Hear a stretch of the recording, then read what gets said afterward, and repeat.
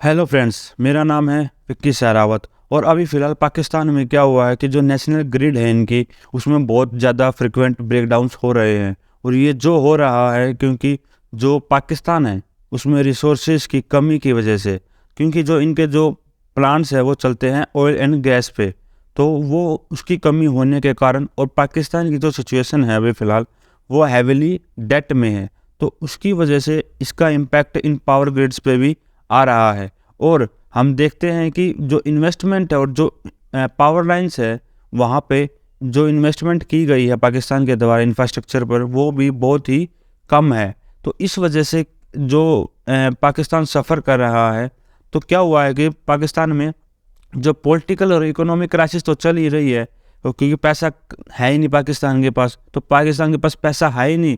तो उसके बाद क्या हुआ, इस चीज़ का इम्पैक्ट और चीज़ों पे भी आने लग गया। जैसे कि जो पाकिस्तान की मेजर सिटीज़ हैं वहाँ पे क्या हुआ कि जो ट्रांसमिशन लाइंस है उनका फॉल्ट होना स्टार्ट हो गया। जैसे कि जो इनके मेजर सिटीज़ जैसे कराची, लाहौर, इस्लामाबाद, क्वेटा और बाकी जो इनके अर्बन सेंटर्स है, वहाँ पे पाकिस्तान में बिजली गुल हो गई।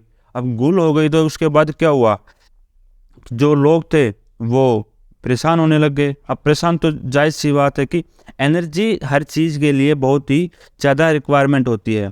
किसी भी बिजनेस के लिए, किसी भी हाउस होल्ड के लिए जो बिजली होती है वो बहुत ही क्या है, ज़रूरी है। तो ये देखा गया है कि जो ये अभी फ़िलहाल जो ब्रेकडाउन हुआ है, ये सेकंड मेजर पावर आउटेज है हमारी जो पड़ोसी कंट्री है 4 महीने के अंदर। तो हम देख सकते हैं कि कैसा एनर्जी क्राइसिस चल रहा है पाकिस्तान में। और कॉस्ट तो माशाल्लाह वहाँ पे बढ़ ही रही है, इन्फ्लेशन तो आसमान छू ही रहा है। क्योंकि वहाँ के अगर हम इन्फ्लेशन देखें तो वो कम से कम भी 26-27% के अराउंड वहाँ की इन्फ्लेशन अभी फ़िलहाल चल रही है। तो उसकी वजह से लोग पहले ही परेशान हैं। और दूसरा परेशान है कि अब बिजनेस भी रन नहीं कर पा रहे हैं बिजली की कमी के कारण। तो जो 117 ग्रिड का है वहाँ के पावर सप्लाई जो है वो देखता है इस्लामाबाद इलेक्ट्रिसिटी सप्लाई कंपनी।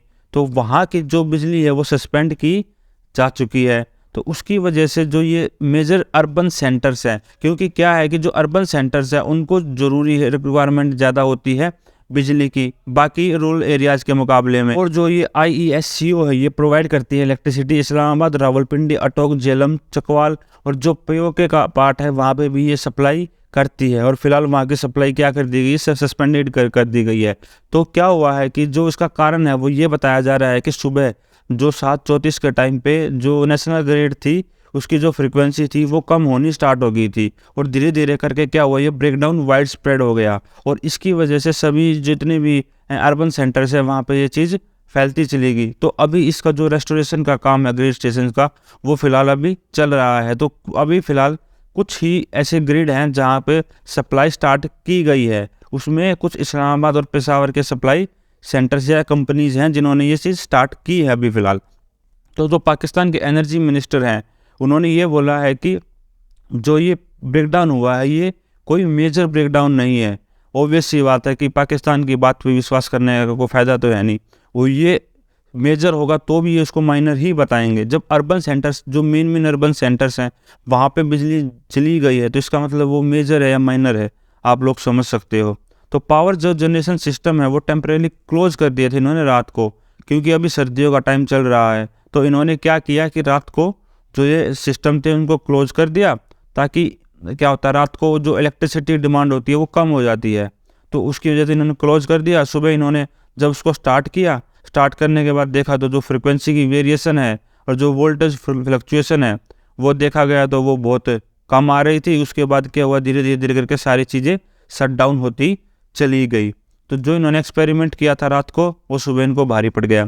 तो ये अब रिस्टोर करने में कितना टाइम लग सकता है, जो वहाँ के मिनिस्टर हैं उन्होंने ये बताया है कि जो पेशावर जो इस्लामाबाद है वहाँ के ग्रिड स्टेशन का तो रिस्टोरेशन का काम चल चुका है। और जो बाकी और जगह का जो पूरे कंट्री में जो ये ब्रेकडाउन चल रहे हैं या जो ये हालात ख़राब है लोगों की, ये बोल रहे हैं कि जो अगले 12 घंटे में इसको रिस्टोर कर दिया जाएगा। पर 12 घंटे किसी भी देश के लिए बहुत ज़्यादा होते हैं। तो इनके जो फॉर्मर मिनिस्टर है वो मजाक बना रहे हैं कि जो कुछ एरियाज़ पाकिस्तान के ऐसे हैं जहाँ जैसे कि पख्तूनख्वा, वहाँ पे तो ऐसी कुछ अभी जो फिलहाल ब्रेकडाउन हुआ है वो तो अनाउंस्ड ब्रेकडाउन है, क्योंकि सरकार ने बता दिया कि इतनी देर के लिए लाइट रहेगी या नहीं रहेगी, तो इतनी देर बाद लाइट आ जाएगी। पर जो ऐसे एरियाज भी है पाकिस्तान में जहाँ पे अनअनाउंस्ड पावर आउटेज है, यानी कि वहाँ पे पता ही नहीं है कि बिजली कब आएगी, क्योंकि वहाँ का जो पुअर इंफ्रास्ट्रक्चर है, क्योंकि बहुत से हम देखें बलूचिस्तान या बाकी केपी के जो इनका ये है खैबर पख्तूनख्वा वाला एरिया है, तो यहाँ के हालात बहुत ही ख़राब है। यहाँ पे जो इंटरनेट कनेक्शंस हैं वो भी नहीं है अच्छे से, और वहाँ के जो अगर हम देखें कि जो लोगों को बेसिक चीज़ें मिलनी चाहिए वो भी नहीं है। तो जो इसका जो बात है वो ये बोली गई है कि पाकिस्तान एक ऐसा स्टेट है जो न्यूक्लियर इनसिक्योर सिक्योरिटी स्टेट है, और इसको गया पाकिस्तान भी लोग बोल रहे हैं सोशल मीडिया पे। और हर जगह क्या है कि जो डार्कनेस और जो होपलेसनेस है वो फैली हुई है मेन स्ट्रीम पाकिस्तान में, क्योंकि पाकिस्तान का जो अभी फ़िलहाल चल रहा है कि जो इन्वेस्टमेंट है पावर सेक्टर में वो बिल्कुल ही मामूली सी है, और वो परसेंटेज है जो जीडीपी में बिल्कुल बहुत ही कम है। अब कम इन्वेस्टमेंट करने की वजह से क्या है कि जो मेंटेनेंस है वो हो नहीं रही है, तो उसकी वजह से क्या हुआ कि जो ब्रेकडाउन्स हैं या जो ये दिक्कतें हैं पाकिस्तान में पैसा ना होने की वजह से ये चीज़ें बढ़ती जा रही हैं।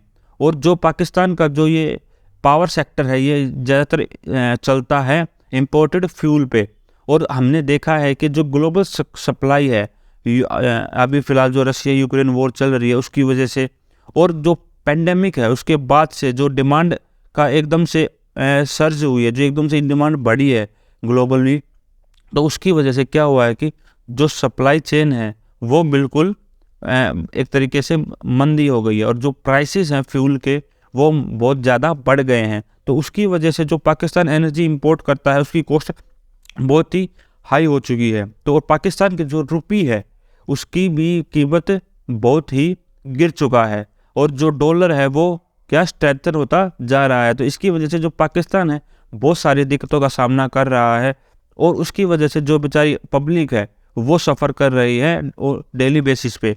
तो दोस्तों आज की वीडियो में इतना ही। Thank you friends, thank you so much.